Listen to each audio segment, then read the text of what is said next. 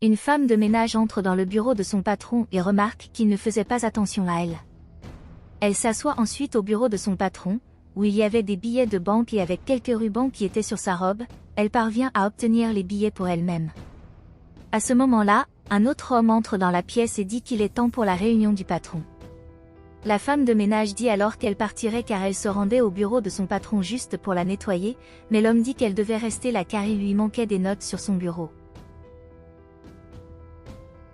L'employé dit qu'il n'a rien fait de mal, et la femme de ménage dit qu'elle n'a pas pris l'argent non plus.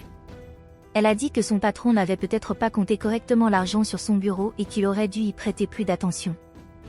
Il dit qu'il ne s'était pas trompé et qu'il voulait être de l'argent, mais elle a dit qu'elle ne le laisserait pas la fouiller. Il lui dit alors qu'elle était coupable car elle ne coopérait pas. L'employé dit que son patron pouvait le fouiller puisqu'il n'avait rien fait de mal. L'homme a alors dit qu'il allait fouiller son employé et quand il a terminé, il s'est rendu compte que son employé n'avait pas l'argent. Il dit ensuite qu'apparemment, l'employé n'avait pas pris l'argent et demande à l'employé de fouiller la femme de chambre. Elle est inquiète à ce sujet, et quand l'employé a terminé, il dit que la femme de ménage n'avait pas pris l'argent. Le patron lui demande s'il en était sûr, et l'employé répond par l'affirmative. Elle lui demande alors si elle peut partir, mais l'homme dit qu'aucun des deux ne quitterait cette pièce sans qu'il récupère son argent. Il a dit qu'il allait être remboursé, mais le greffier a dit qu'aucun des deux n'avait pris l'argent de son patron. Le patron dit alors que s'il ne disait rien, il appellerait la police pour arrêter les deux. Il a dit qu'il allait compter jusqu'à 3, pour que quelqu'un se confesse, et à ce moment-là, des billets tombent de la robe de la femme de chambre. Le patron dit que l'employé lui avait dit qu'elle n'avait pas pris l'argent et qu'il était déçu des deux à cause de cela. Il demande alors à l'employé d'appeler la police. Le policier dit alors qu'il pourrait appeler un policier pour connaître la femme de chambre, mais que le policier arrêterait également son patron.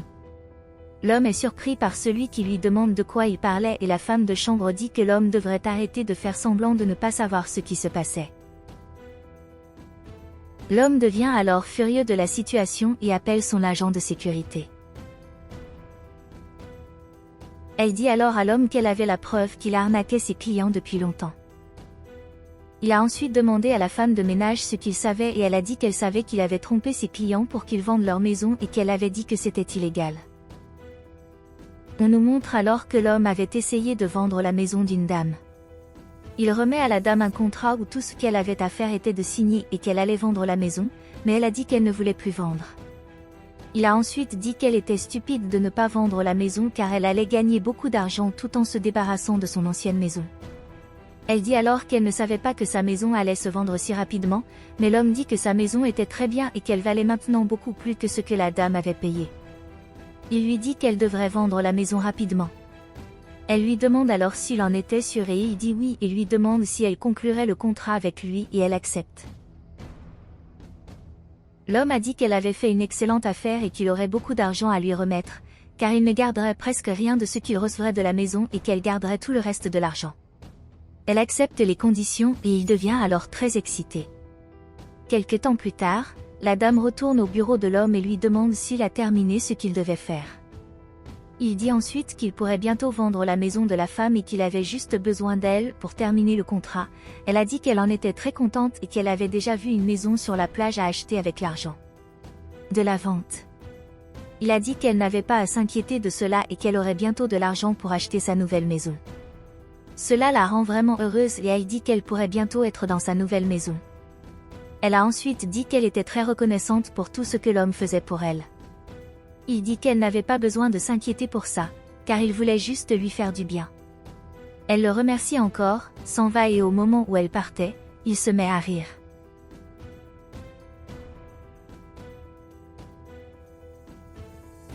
Quelque temps plus tard, elle revient vers l'homme en lui disant qu'il l'a trompée.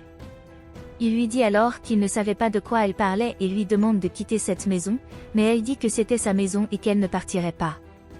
Il lui dit alors que la maison n'appartenait plus à la femme et lui dit de partir. Elle lui demande de quoi il parlait et il lui répond que le contrat qu'elle avait signé lui donnait le droit de garder cette maison. Il a ensuite déclaré que si elle était intelligente, elle quitterait cette maison le plus rapidement possible, sinon elle serait arrêtée. Elle a ensuite dit qu'elle ne comprenait pas ce qui se passait, car c'était lui qui avait tort.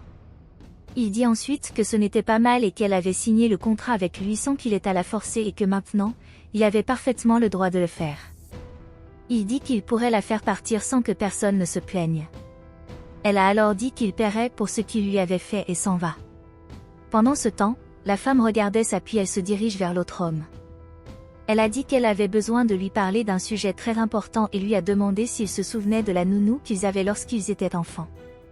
Il dit oui et qu'il l'aimait déjà beaucoup, car malgré tout, elle était leur voisine. Elle a alors déclaré qu'elle avait vu l'homme profiter de la vente de sa maison et que c'était une erreur. Elle dit que l'homme avait vendu la maison de la femme et qu'il ne lui donnerait pas l'argent qu'il avait reçu de la vente. Il dit alors qu'il n'a pas compris ce qu'elle disait et demande s'il allait vraiment garder tout l'argent. Elle dit oui et que l'homme ne remettrait rien de l'argent à la dame. Il dit ensuite que c'était mal et qu'ils allaient devoir faire quelque chose.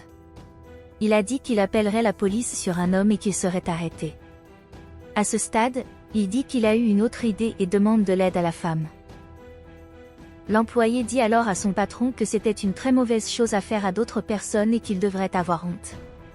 La femme de ménage demande alors si elle peut appeler la police, mais l'homme leur dit d'attendre car il a une proposition. Il demande alors quelle était la proposition de l'homme et l'homme révèle qu'il voulait qu'ils remettent tous les deux une lettre de démission et que pour cela il allait leur rendre la maison. Il a dit que de cette façon, personne n'avait plus besoin de le savoir et qu'il l'acceptait. Quelque temps plus tard, l'homme leur remet l'argent et leur dit qu'il en gardera une part. L'agent de sécurité avertit alors l'homme qu'il a un rendez-vous. Lorsque l'homme se retourne, alors qu'il ne faisait plus attention à l'argent, l'employé prend l'argent qui appartenait à l'homme et le cache dans une mallette. L'homme Tom leur parle à nouveau et leur dit que cela a été un plaisir de faire des affaires avec eux. L'employé serre alors la main de l'homme et s'éloigne avec l'argent. Quand ils partent, l'homme lui dit pour sa sécurité qu'il peut partir car il va régler certaines affaires.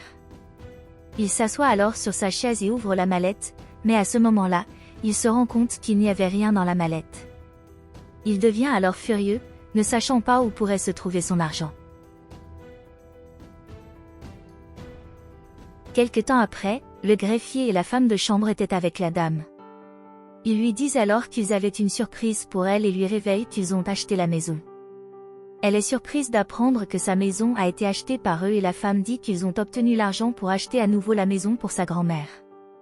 L'homme dit qu'ils étaient très heureux d'avoir pu acheter la maison de sa grand-mère pour elle. La dame a dit qu'elle était très heureuse de ce qu'ils étaient, les meilleurs petits-enfants que l'on puisse avoir. La femme dit alors qu'elle était heureuse d'avoir pu racheter la maison pour sa grand-mère et qu'ils savaient que cette maison signifiait beaucoup pour leur grand-mère. La dame serre ses petits-enfants dans ses bras et leur dit qu'elle les aimait beaucoup.